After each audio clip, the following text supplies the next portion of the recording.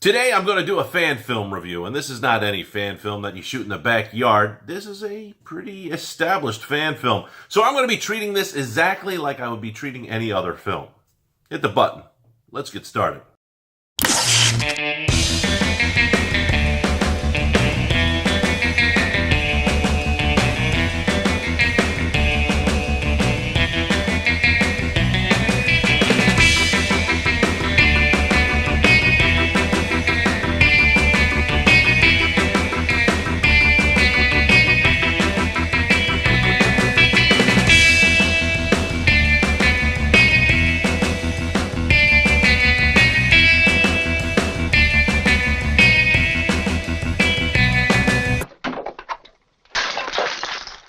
Hey there, hi there, ho there. Andrew here, the horror host of Generations X, Y, and Z inside Davis Manor with a review of a film titled Never Hike Alone. But before we begin, a thanks to the patrons of the channel. These patrons have become a group think tank and crowdsourcing crew that helps me make these great videos that you are watching online and will be the reason why I expand to much further creative projects. Want to know more about the projects and the goals that I have in store? Well, let me pause for self-promotion. All you have to do is click that link above and you will find out all the upcoming projects and the goals and even rewards, yes, rewards you can get by joining the team.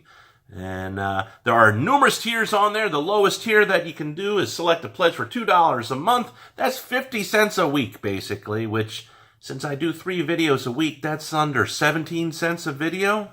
And my mama told me I was priceless. But now let's get back into the Friday the 13th fan film that is titled Never Hike Alone. Never Hike Alone is a story of a lone hiker whose survivor skills are put to the test as he comes across the dilapidated ruins of Camp Crystal Lake with its exposed history. And I'll go into the exposed history a little later in the review, but I want to say I really enjoy the concept of this film. Normally, we are given as an audience a cast of fodder, basically, for the slasher to go ahead and kill, and we are treated to suspense, to tension, character development. In this movie, however, we do. This film is written, directed, produced, and stars Vincent DeSante. Also starring in the film are model actor Andrew Leahy, Katie Schwartz, Robert Dubois, and Tom Matthews. And if that last name sounds familiar, you would be onto something. But no secrets here, because you can find out who he is on IMDb or Wikipedia. Of course, you know what a secret is, right? It's basically something you tell everybody, just one person at a time. This is about the time I would talk about the acting, but really this movie falls on one set of shoulders only, and that is Andrew Drew Leahy.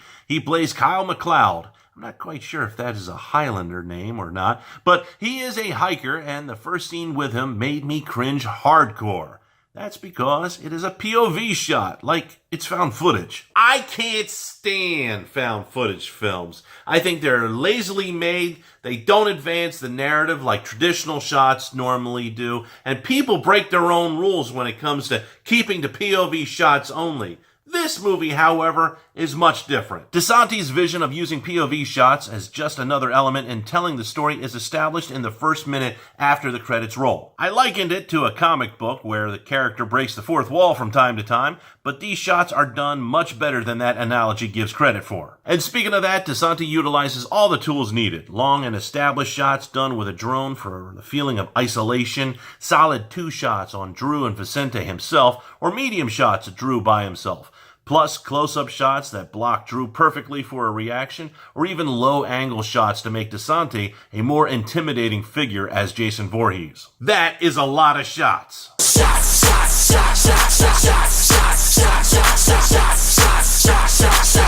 Yeah, so let me take a moment and talk about Vicente DeSante's role and portrayal as Jason Voorhees. I wasn't really sold at first, and I didn't know why as I was watching the film. I mean, it's DeSante's film. If he wants to be Jason, by all means. I mean, he wrote, directed, produced. If he wanted to be a garden gnome in Camp Crystal Lake, go ahead. It's your film, dude. But he chose to be the big bad, and those are some pretty big shoes to fill. And DeSante is no slouch. He stands at 6'3", so he's just a wee bit shorter than me. He's a big guy, and he has the height to play Jason. I was thinking, though, it might be his frame, because he's just not as wide to play him as the other actors have. But then I thought that wasn't it either. And then it dawned on me. It is the mask, otherwise known as the Ghost Hawk, as in hockey. It shoots out a little too much on the sides compared to the other hockey masks in the other films. Look at the pictures to follow what I'm saying. The mask sticks out on the side, and that means it makes DeSanti's body look a little thinner. Albeit it is a great mask and faithful to the franchise, I think it does a slight bit of disservice to the overall presence. And DeSanti's portrayal is spot on. His take of Jason is very much a cross between Kane Hodder's unstoppable force and C.J. Graham's from Friday the 13th 6, his smooth undead flow. And to be honest, I felt like we were looking at Jason from Friday the 13th Part 6, just with a different mask. There were moments where I felt that Jason paused for too long with head tilts that seemed a little bit more Michael Myers aspects, where Jason is more deliberate in his killings, and I understand that, Jason can't just go ahead and kill Kyle right from the beginning, otherwise there would be no movie. Plus, I understand that there are heavy footsteps that are establishing the brute force of nature that Jason basically is, but it seemed like he had heavy footsteps no matter what type of material he was walking on, yet in the beginning of the movie, he was silent in stalking mode. So there's a little bit of a disconnect there. It would have been pretty cool to hear the stomping in the background a little bit earlier in the movie. I think it would have given maybe in the movie Jaws where you hear the music and the shark is nearby. I think it would have given that kind of element. It would have built the tension up a little bit. But that reminds me of something. There is a scene earlier in the movie where Kyle is in his tent and he hears coyotes or wolves. They're outside sounding like they're hunting something.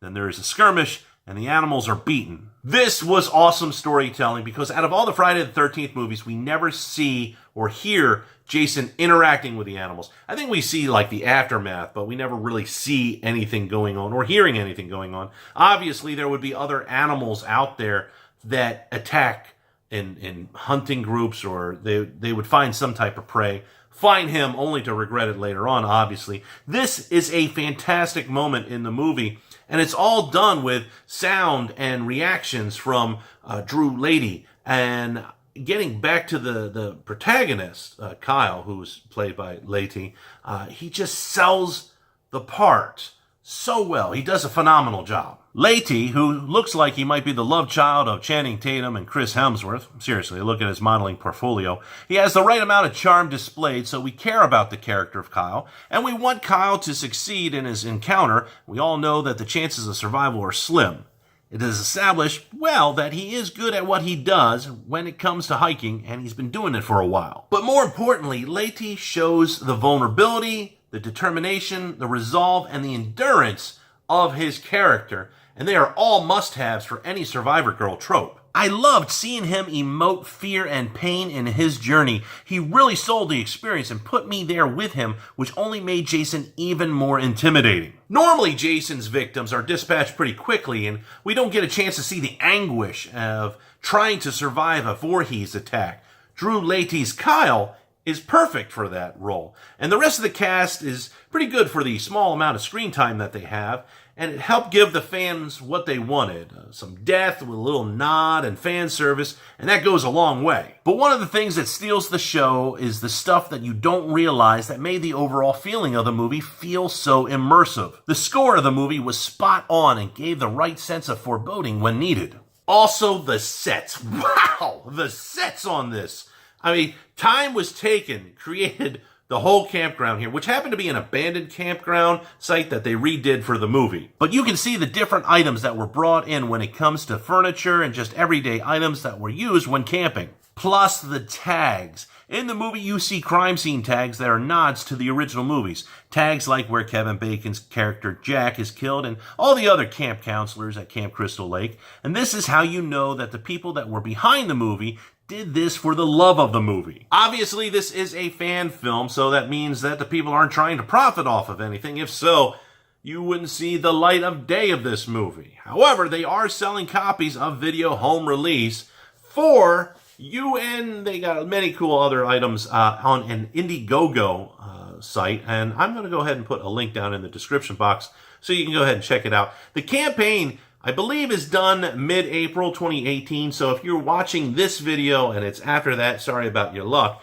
However, if you are watching it before then, go ahead and check out the link, because like I said, there are a lot of really cool things, and all the proceeds from everything that they're selling, to include the video release, goes to production values, the costs, the processing fees, the shipping, handling fees for all the stuff that they're sending out as well. All of that stuff, anything that is extra that they have after all the costs and all the fees are done are going to be donated. And the donation goes to the United Way's Thomas Fire Fund. And that is to help replenish the forest that has been ravaged by the fires in the area of where they were filming.